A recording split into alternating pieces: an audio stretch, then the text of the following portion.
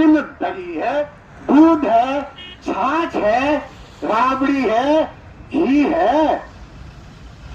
आ जमीन ही जना अपने गांव भैंस है, आ जमीन नहीं है। जमीन लेबा की मेरी समझ में तो अपन अपनी जमीन अपना हक के लिए सदैव एकता रखनी चाहिए। और किसान सभा में जकी किसान सभा इस सीकर जिला में, चाहे ईश्वर जी भामू हा, चाहे त्रिलोक सिंह जी हा।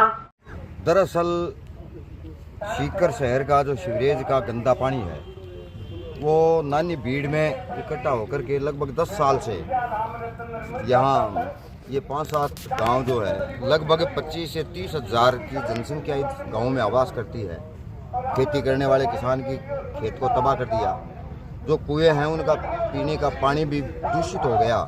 और सरकार की तरफ से क्या कहें, पिछले 5 साल में तो भारतीय जनता पार्टी की नहीं थी, कांग्रेस की सरकार थी। अब भारतीय जनता पार्टी की सरकार है।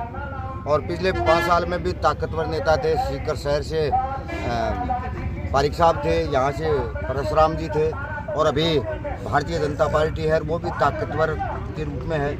लेकिन जनता की समस्या की सुध लेने के बजाय पार्टियाँ विभाजन करना चाह रही है।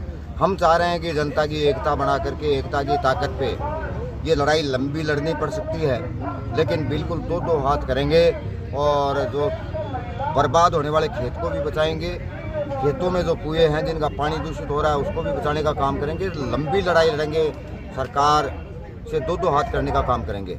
ये नहीं है कि जिस तरह से संभाग या जिला सीकर जिले से हटा और उसमें